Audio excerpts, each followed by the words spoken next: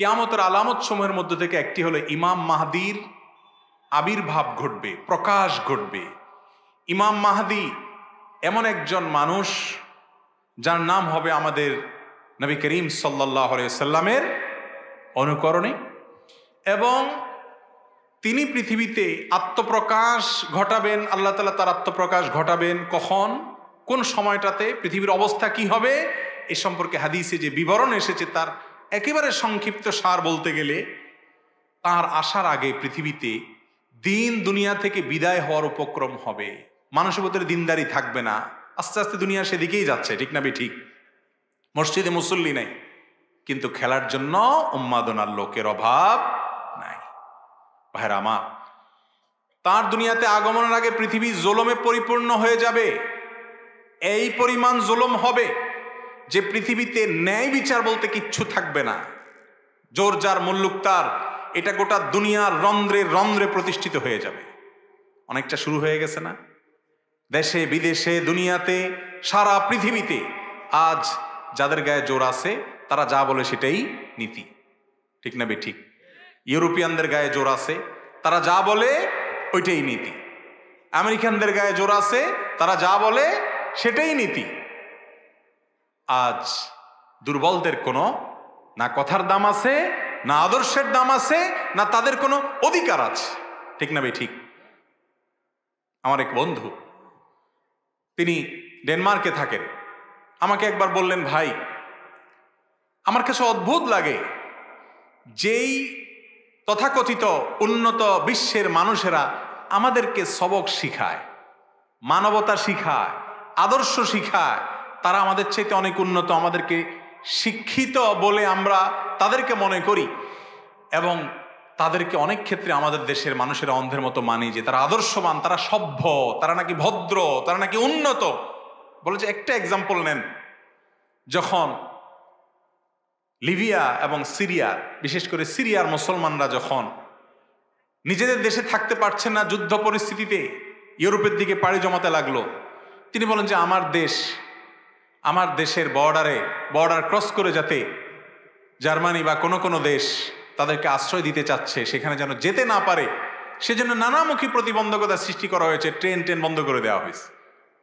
আবার যখন Ukraine Russia যুদ্ধ শুরু হলো, এখন ইউক্রেনিয়ান যারা আছে তারা যদি কোনোভাবে এই বর্ডারে প্রবেশ করতে পারে, তাদের আশ্রয় প্রশ্রয়, তাদের সুবিধার জন্য যা দরকার সব তো বটেই। ওই ভাই বললেন যে স্কুলে ভর্তি পর্যন্ত আমাদেরকে বলা হয়েছে যে যারা এখানে বসবাস করো তাদের বাচ্চাদের পরে আগে ইউক্রেনিয়ান বাচ্চাদের ভর্তি হবে, তাদের অগ্রাধিকার। অর্থাৎ শরণার্থী হিসেবে যখন মুসলমান গেছে তখন নীতি একটা, আর যখন অমুসলমান গেছে তখন নীতি আরেকটা। এ হলো তাদের মানবতা। এইরকম মানবতার সবক প্রতি শব্দে শব্দে পাবেন। ফিলিস্তিনে বাচ্চারা কাঁদে, তাদের মানবতা তখন কাঁদে না।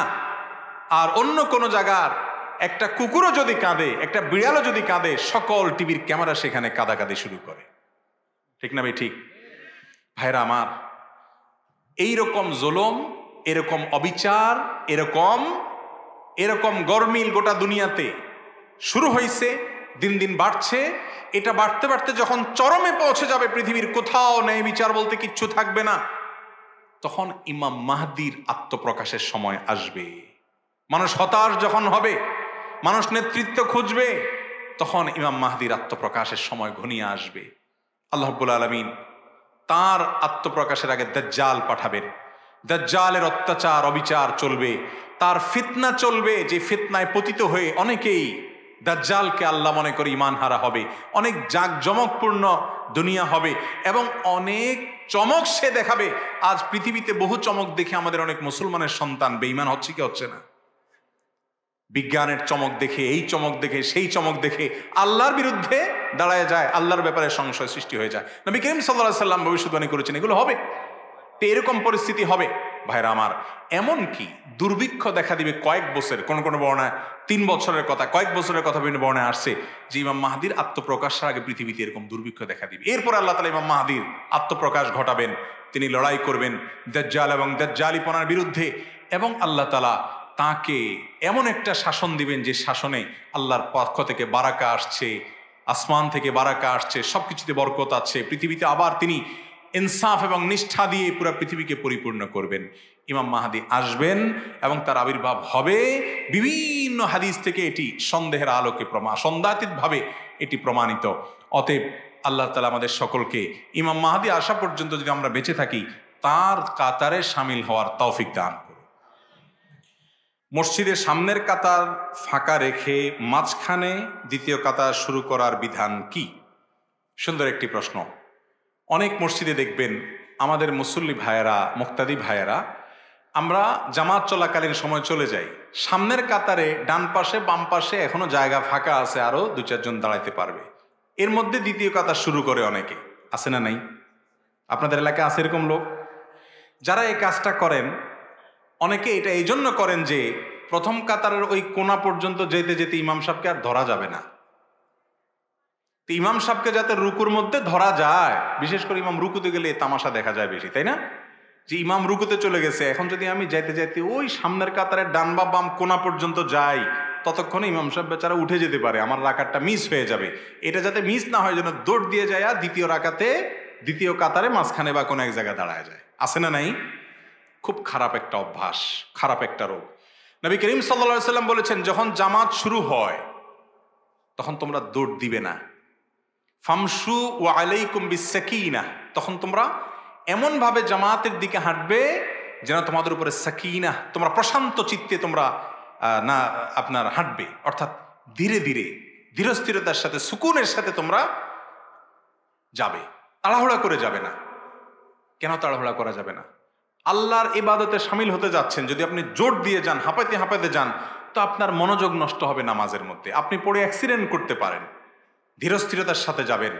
গুরুত্বপূর্ণ কোনো ব্যক্তির সাথে, একজন এমপির সাথে সাক্ষাৎ করতে গেলে আপনি দৌড় দিতে দিতে হাঁপাইতে হাঁপাইতে যায়, হাঁপাইতে হাঁপাইতে তার সামনে ঢুকবেন, যাওয়ার আগে কত পরিপাটি হবেন, সব ঠিকঠাক করবেন, পোস্টপাস দিবেন, সব ঠিক আছে কিনা, এরপর ঠান্ডা মাথায় প্রবেশ করবেন, ঠিক না ঠিক? তো আল্লাহর দরবারে যখন যাবেন এরকম দৌড় দিবেন না। অনেকে দৌড় দেয় জামাত ধরার জন্য, যে রুকু যাতে মিস না হয়ে যায়, জামাত যাতে মিস না হয়। এই জন্য নবীজি বলেছেন, ফামা আদরাকতুম ফাসাল্লু ওয়া মা ফাতাকুম ফাতিম্মু, আস্তে আস্তে হাঁটলে যদি ইমাম সাহেব উঠে যায়, রুকু থেকে উঠে যাক, একটা রাকাত মিস হয়ে যায়, যাক, যতটুকু পাও ততটুকু পড়বা। ওই রাকাত ধরার জন্য এত জোরে দৌড় দিবা না। রাকাত ধরার যদি এত ভালো আগ্রহী থাকে তাহলে আগে আসে নাই কেন? কথা কি বুঝাতে পারছি? তো যারা পরে এসে কাতারের মাঝখানে দাঁড়ায় যান, সামনে ডানে বামে ফাঁকা রাখেন, তাদের নামাজের মধ্যে ত্রুটি থেকে যায়। নামাজ হয়ে যাবে, ফরজ আদায় হয়ে যাবে, কিন্তু ত্রুটি থেকে যায়। কারণ নবী করিম সাল্লাল্লাহু আলাইহি সাল্লাম স্পষ্টভাবে বলেছেন, আতিম্মুস সাফফাল আউয়াল সুম্মা আল্লাযী ইয়ালি, তোমরা প্রথমে সামনের সব পূরণ করবে, ওইটা পূরণ হয়ে গেলে তারপরে দ্বিতীয়টা পূরণ করবে।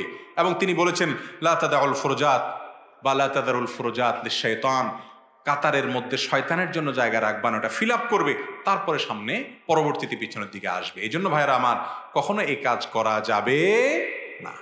তবে নামাজটা কোনো মতো হয়ে যাবে, পূর্ণাঙ্গ হলো না যদি আপনি কাতার ফাঁকা রেখে আসেন। অবশ্যই কাতার পূর্ণাঙ্গ করে তারপর দ্বিতীয় কাতার, পরবর্তী কাতারে দাঁড়াতে হবে। অনেকে আজান দেওয়ার আগে কোরআন তেলাওয়াত, গজল এসব করে থাকে, এটা কি সঠিক? আজান একটা ইবাদত। আজান একটা কি ইবাদত? একটু আগে আলোচনায় বললাম, সেইভাবে করতে হবে যেভাবে মুহাম্মদ সাল্লাল্লাহু আলাইহি ওয়াসাল্লাম করেছে। অতএব তার আজানের আগে কোনো গজল তেলাওয়াত এরকম আলাদা কিছু ছিল? আপনি মাইক টেস্টিং করতে পারেন, ঠিক আছে, মাইক ঠিকঠাক আছে কিনা হো হা করতে পারেন, কিন্তু আপনি অনেক জায়গায় দেখবেন আজানের আগে অনেকক্ষণ ধরে এটা পড়ে সেটা পড়ে, দুরুদ পড়ে। আরে ভাই, দুরুদ আজানের পরে পড়া সুন্নত এবং সেটা আজানের সাথে সম্পৃক্ত না। আজানের পরে সবাই ইন্ডিভিজুয়াল দুরুদ পড়বে এবং আজানের দোয়া পড়বে, সেটা হাদিস দ্বারা সাব্যস্ত। কিন্তু আজানের আগে আসসালাতু ওয়াসসালামু আলাইকা ইয়া রাসূলুল্লাহ অনেক এলাকায় আছে। আবার আজানের আগে অনেকে গজল লম্বা আয়াত পড়ে না। ভাই, এগুলো কোরআন হাদিসে কোথাও করতে বলা হয়